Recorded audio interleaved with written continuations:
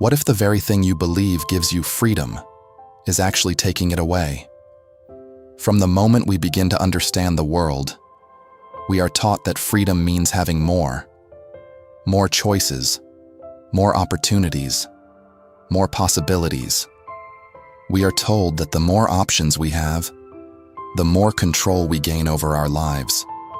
And at first, it feels true, because having options feels empowering. It feels like potential, like you're standing in front of an open world with no limits. But there's something we don't question. We never stop to ask, is more always better? Or have we simply been conditioned to believe that it is? Because if you look closely, really closely, you might begin to notice something strange. The same choices that promise you freedom are also the ones that quietly take it away. Not all at once, not in a way that's obvious, but slowly, subtly, decision by decision, until one day, you don't feel free anymore. You feel overwhelmed. We are living in a time unlike any before, a world where almost everything is available, instantly. You don't have to wait. You don't have to search. Everything comes to you. Endless content, endless products, endless opinions, endless paths. At any moment, you can change direction, start something new, abandon what you began, reinvent yourself completely. And on the surface, that sounds like ultimate freedom. But beneath that surface, there's a hidden cost. Because every option, no matter how small, demands something from you. Your attention, your time, your mental energy. And when you are constantly surrounded by options, you are constantly being pulled in different directions. You try to do more, see more, be more. But instead of expanding, you start to fragment. Your focus weakens, your clarity fades.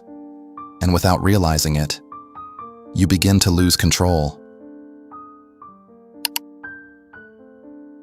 It doesn't happen suddenly.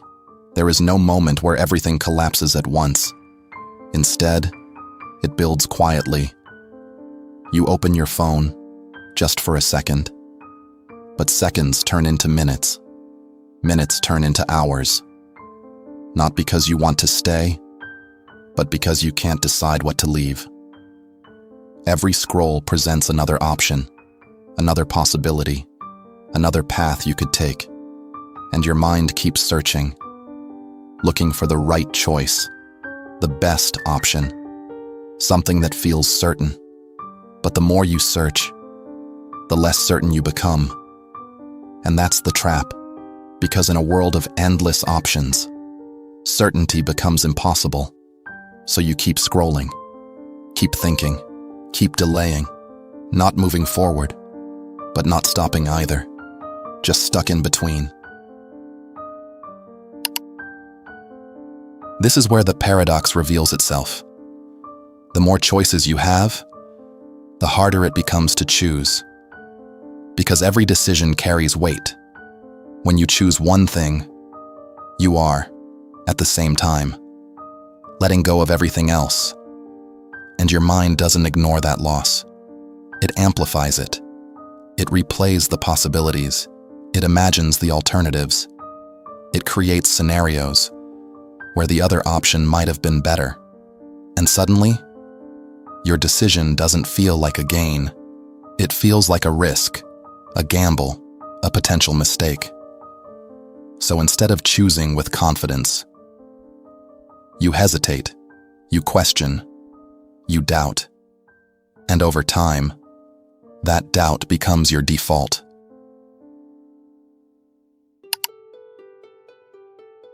Even after you make a decision, the story doesn't end, because now you carry something new, responsibility.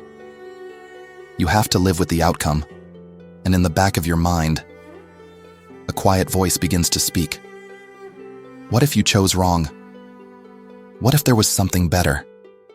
What if you missed your chance?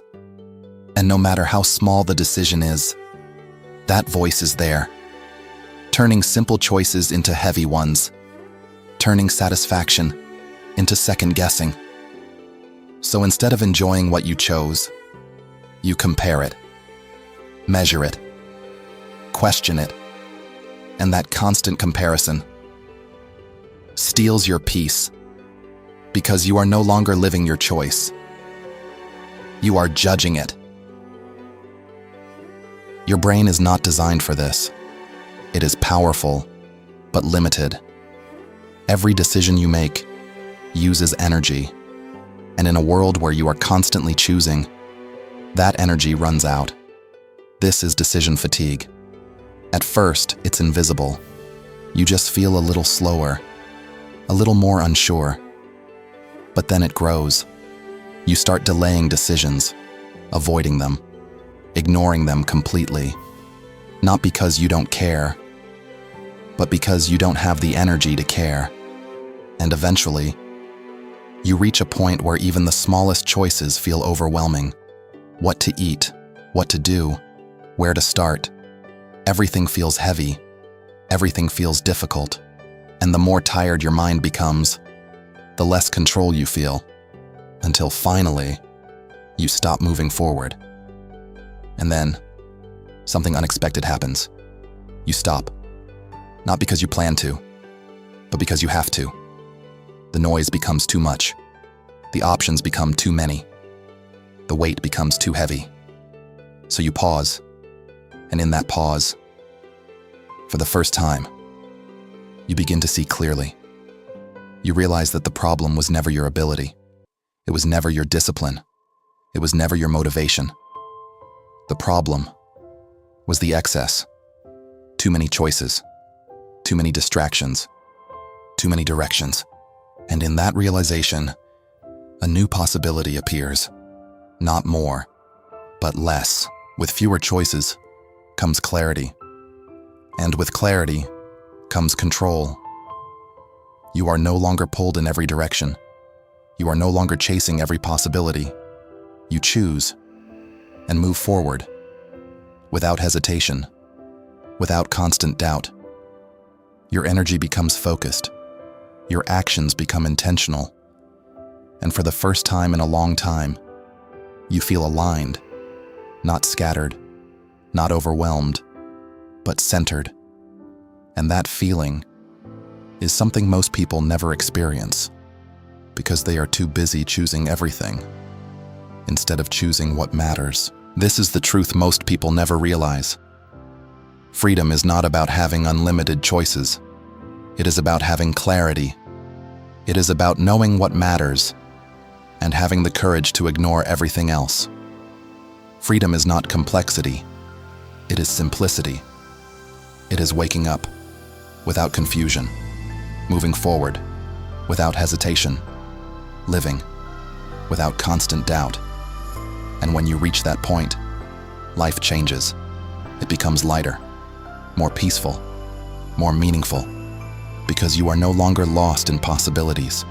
You are grounded in purpose. So maybe the real question isn't, what should I choose? But, what can I remove? Because in the end, less choices is not a limitation. It is liberation.